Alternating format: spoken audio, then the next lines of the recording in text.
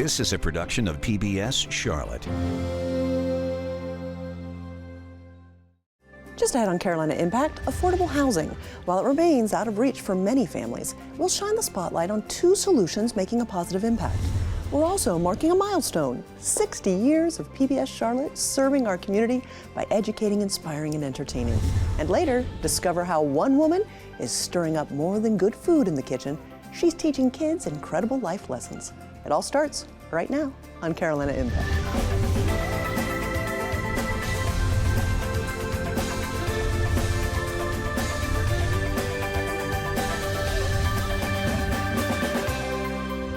Good evening. Thanks so much for joining us. I'm Amy Burkett.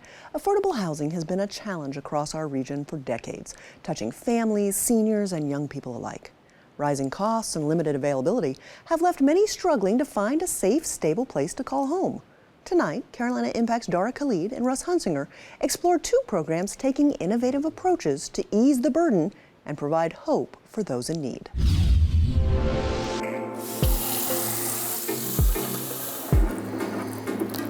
There's a strong sense of pride as Cherie Allen does the little things around her house, like tidying up her bed and watering her favorite plants.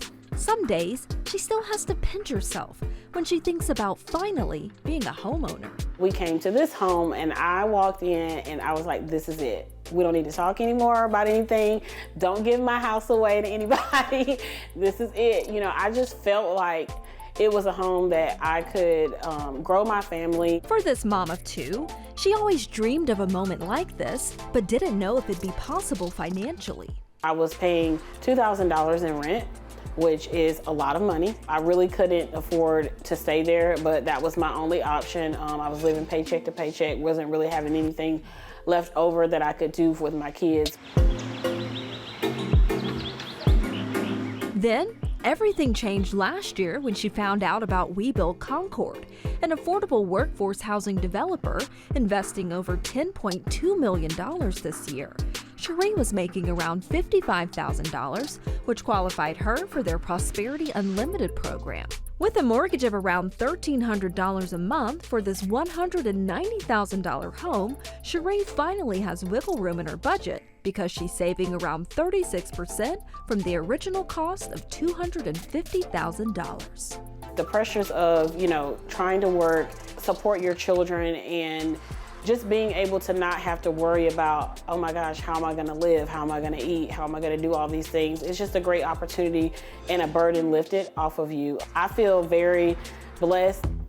Hey, come on in. How you doing? I'm good. I want you to see. And for WeBuild Concord CEO Patrick Graham, who's been there throughout the process, from the showing, housewarming, and now finally decorated space, he shares Cherie's joy.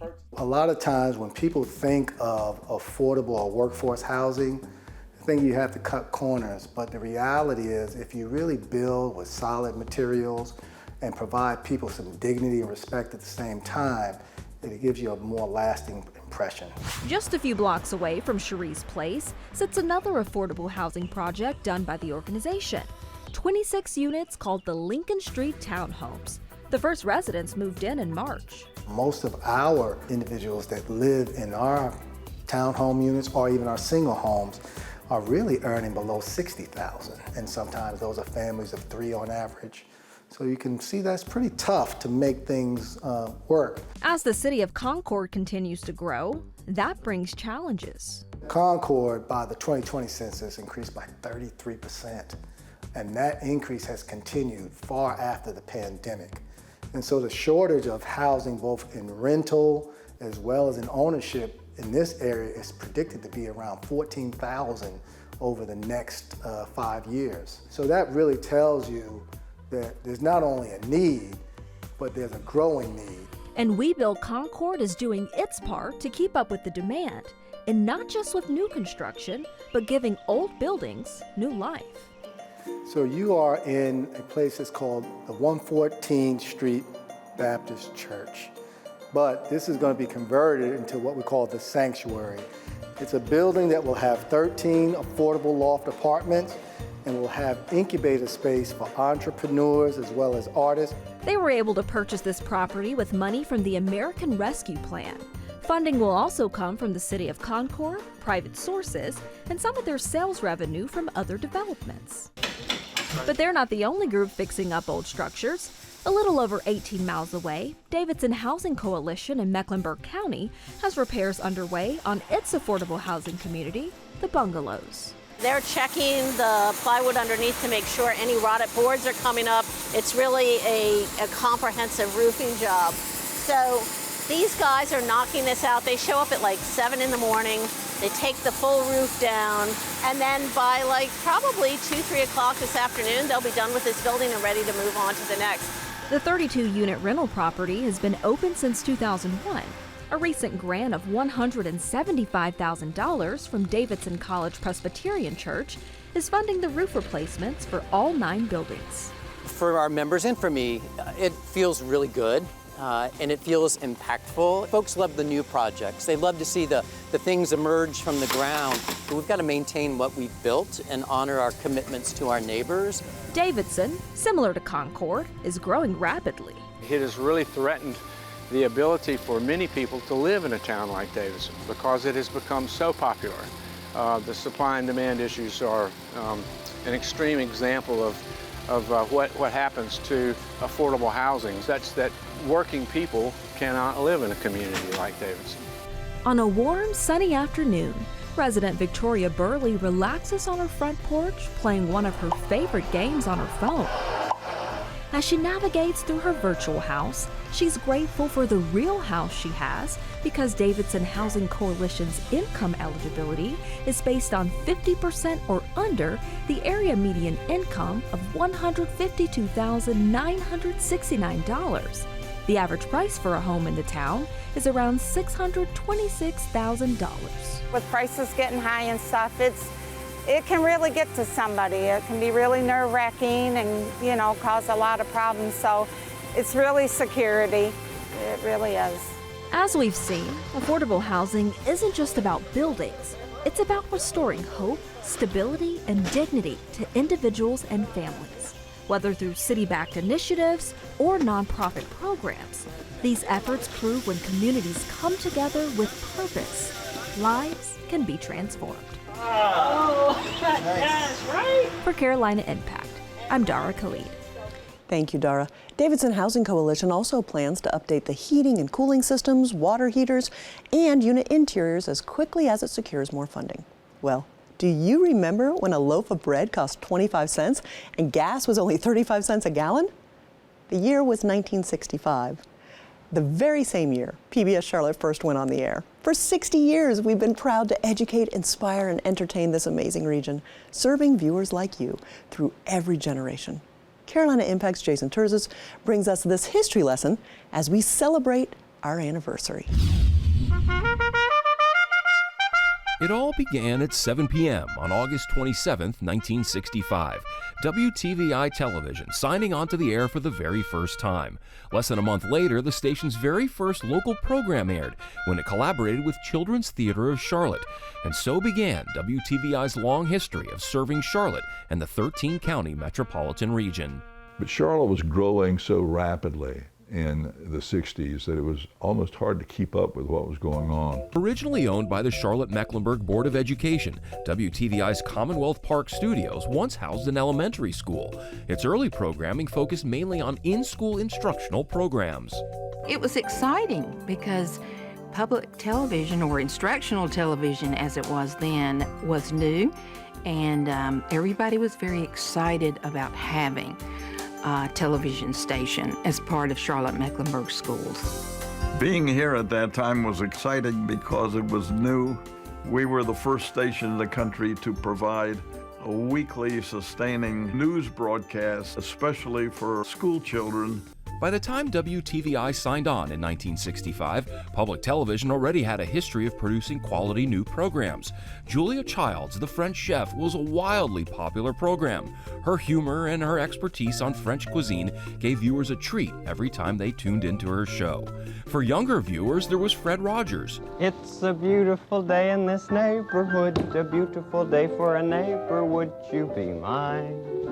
Every day, Mr. Rogers would welcome children into his neighborhood with a soothing message that kids everywhere could relate to.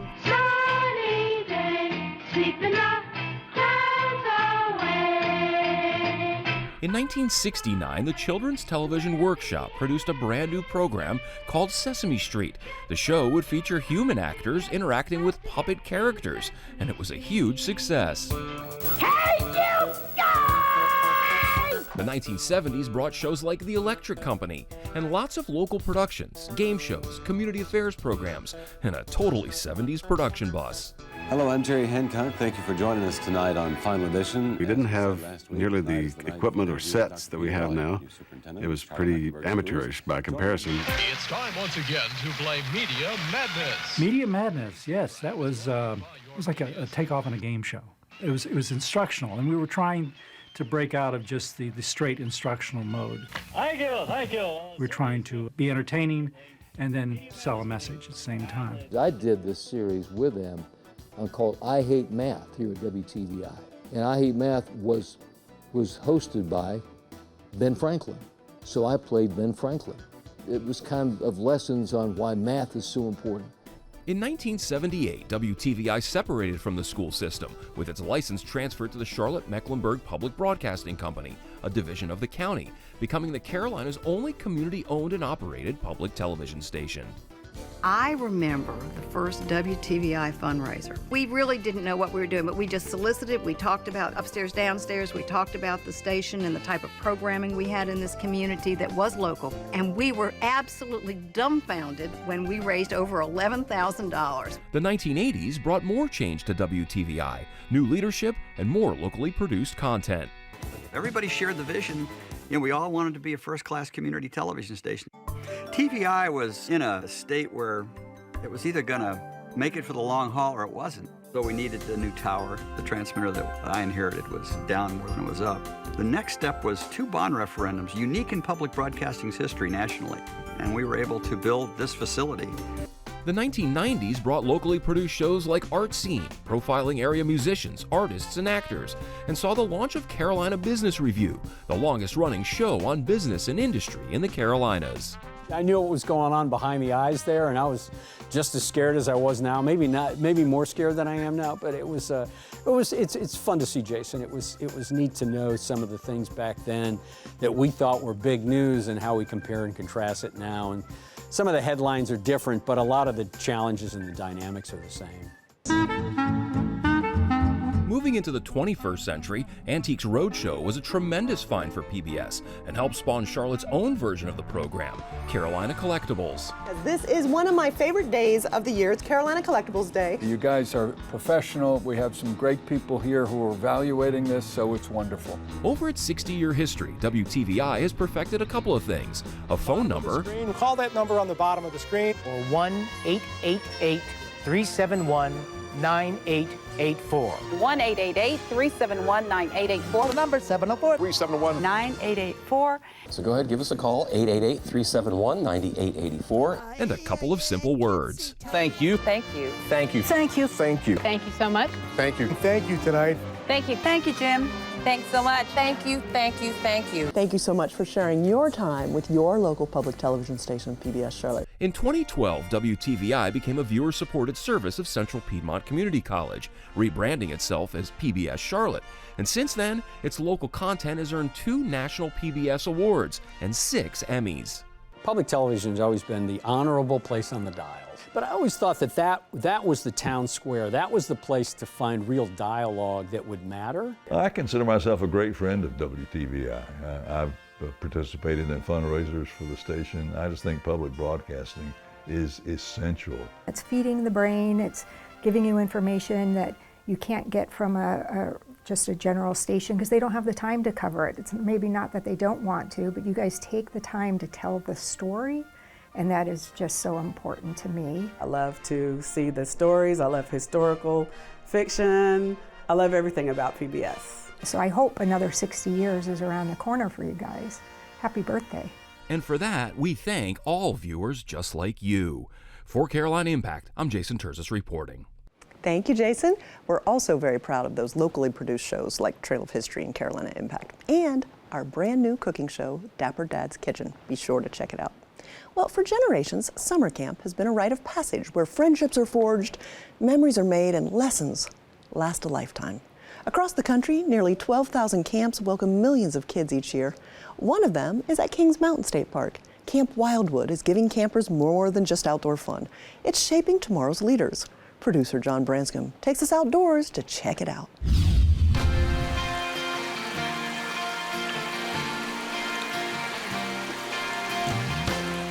Camp Wildwood is a wonderful leadership, stewardship, conservation camp that we have here in South Carolina. Not a lot of people know about it.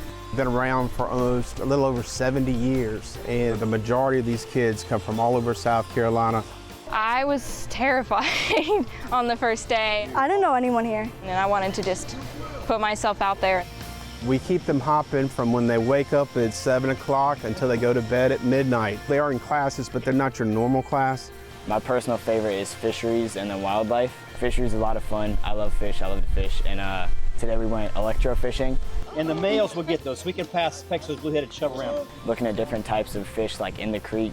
We saw one that came up that was brilliantly colored.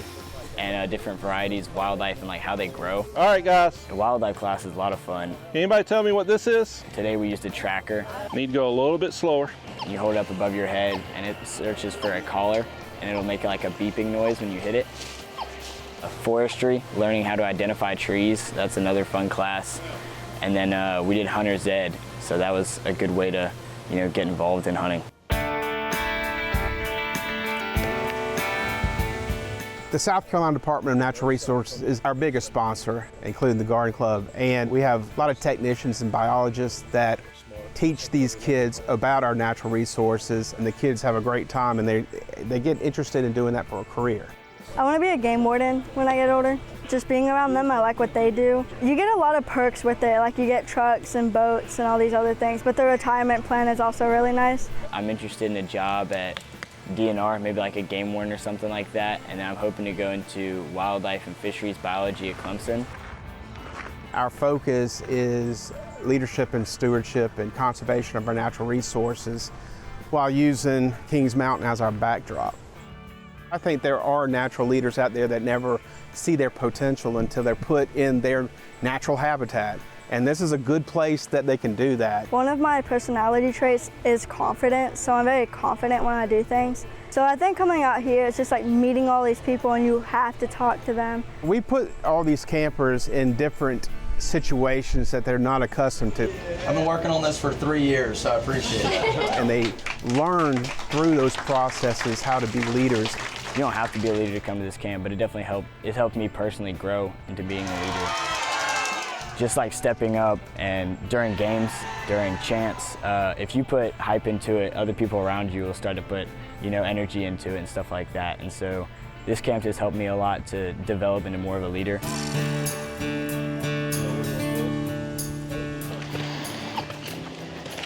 No phones. You leave them in the car. The Garden Club of South Carolina realized that kids were not getting into the outdoors like they were, and you can imagine in the 50s. And we see it more than ever today that these kids need to get off their phones. They need to enjoy what we have around us. The view out here in nature is going to be better than just about everything you're going to see on your phone. I think a camp like Camp Wildwood is very important for young people to go through because as our population is growing, we're tapping into these natural resources more and they're going away some. So it's important for these young people to realize just how special it is. I want to protect the earth, how we're destroying it and people are being careless with it, and I just want to help prevent that. All the knowledge I've gained, fisheries class, wildlife, forestry, all those classes are amazing. And then the friendships I've made, I knew one person coming here and I now have at least 6 new friends. And making friends just makes me want to wake up knowing that my niche is going to be there and be hype and excited to be there and be with me, and I'm excited to be with them. By the end of the week, they don't want to leave. There's tears, and it's tears of joy, and they keep up with each other. I think that's one of the best things, is just making friendships. Thanks, John. The week at Kings Mountain State Park is designed especially for first-year campers, but Camp Wildwood doesn't stop there. A select group is invited back for a second year and a third year, each offering unique opportunities for leadership and conservation training. Well, finally tonight, we take a look at another program that gets young people out of their comfort zones.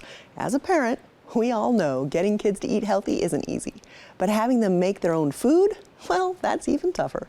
But that's exactly what Chef Jillian Howard does. From planting seeds to stirring pots, Carolina Impact's Chris Clark uncovers how she inspires kids to grow their own ingredients, explore new flavors, and find confidence that extends beyond the kitchen. Let's take this and your chickpeas over to the blender. In this kitchen, the ingredients are simple. My favorite thing to do with Chef Jillian is making different things. A little flour, a few vegetables. My favorite thing to make is called huevo con salchicha. It's with sausages and eggs and with some tortillas. What these kids are really cooking up is confidence, connection, and the kind of skills that feed more than just hunger. Because for many of them, learning to cook isn't just fun. I think it is a life skill. I think it's informational. I think it's easy in terms of how she's teaching the youth.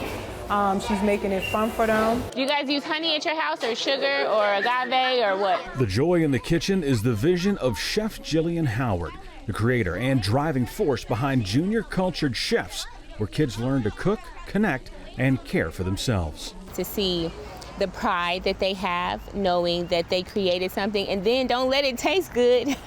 And then when their parents come, and these are the same parents who says that their babies only eat chicken tenders and french fries, and when they've seen that they've done something as crazy as, banana sushi, they can't even believe that their kid has it in them. Chef Howard's love for cooking was born in her grandmother's kitchen, where summer days were filled with warmth, laughter, and the unforgettable smell of something delicious on the stove. It would smell like grits and eggs and maybe fried green tomatoes and some biscuits, and I could hear maybe her feet sliding across the floor. All we had to do as kids was set the table, right? And that was a place to get, 3 square meals. And it wasn't until growing up and going to different places and realizing that that's not every child's story. She joined the Air Force, traveling to Japan, Korea, Thailand, and England, but was nowhere near a kitchen.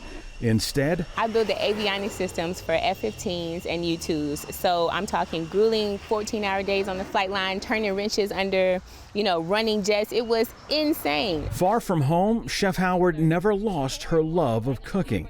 In country after country, she paid close attention to how people prepared their meals, soaking up new flavors, new techniques, and the universal language of food. Food was something that came to bring us together, and now we're breaking bread with people that we would maybe not have otherwise. And so that's when I realized that cooking was my superpower. After 10.5 years in the Air Force, Jillian traded in her uniform for a chef's coat, enrolling at Johnson & Wales to turn her lifelong love of cooking into a career. But she gained more than just technique. Culinary school opened her eyes to something much deeper: the inequalities woven into the food system itself, including her own community. I live in a food desert. I live in food insecure spaces, and so that helped me to kind of garnish the type of chef I wanted to be. Chef Jillian spent years working in restaurants and as a personal chef, feeding clients, crafting menus, perfecting her skills. But her true purpose didn't come into focus until she found herself at a local farmer's market, doing simple cooking demos. That's where something shifted. It wasn't just about food anymore. It was about who kept showing up. As I was doing these things and teaching adults how to eat, well, the babies kept coming. The young people kept coming. So she launched Junior Cultured Chefs. It's a hands-on program where kids learn to cook with real ingredients and real purpose. With ages ranging from 7 all the way to 17, it's not about fancy recipes, but empowerment, giving kids the skills to feed themselves and the confidence to feed change. It's pretty fun because most of our like cooking at home, and I cook a lot of meals for me and my family. To be able to teach the babies how to support themselves, their brothers, if they can even help you to make eggs in the morning just so you can help your mom get out the door for school, then we've done something. Chef Jillian doesn't just teach kids how to cook. We're waiting for the fruit to come. She takes them all the way back to the roots, literally, from planting seeds to pulling vegetables from the soil in their very own garden. We've got some spinach. Try that. Yeah, really, truly, just straight up try it. Just straight up. Cheers. Only for you. Oh, let's do it. Now. It's got a nice peppery bite, right? A little bit on the side. It's kind of a little bit bitter, a little bit peppery. So think about not bad. with the different fruits and herbs and lettuces, right, that you can impart flavor so that you don't have to use so many processed things and ingredients. From curry to couscous, Chef Jillian uses recipes from her travels and folds them into the Junior Cultured Chef's experience. It gives kids a chance to try bold new flavors and discover just how big the world of food can be. They tell you the ingredients that they make in, so it's fun for them to do that, to learn new ingredients as well. These young people make food from Japan and Korea, Greece we had, Jamaica, Mexico, getting ready to explore the world. So even if you can, no matter your circumstances, if you cannot go to that place physically, you can transport yourself through this plate of food. What began as a single farmer's market demo has blossomed into something far bigger. Junior Cultured Chefs now partners with 5 markets and multiple schools. The program has grown with the same care and intention Chef Jillian pours into every lesson. But the real growth, it's in the kids and what happens when they see what they're capable of. For Carolina Impact, I'm Chris Clark. Thanks, Chris. Chef Jillian is amazing. I wish she could have taught my son how to cook when he lived at home. Well, we hope you enjoyed tonight's stories. Now it's your turn to be part of our Carolina Impact team. Please share your thoughts on what could be a great future story by emailing the details to stories@WTVI.org. Well, that's all the time we have this evening. Thanks so much for joining us. We always appreciate your time and look forward to seeing you back here again next time on Carolina Impact. Good night, my friends.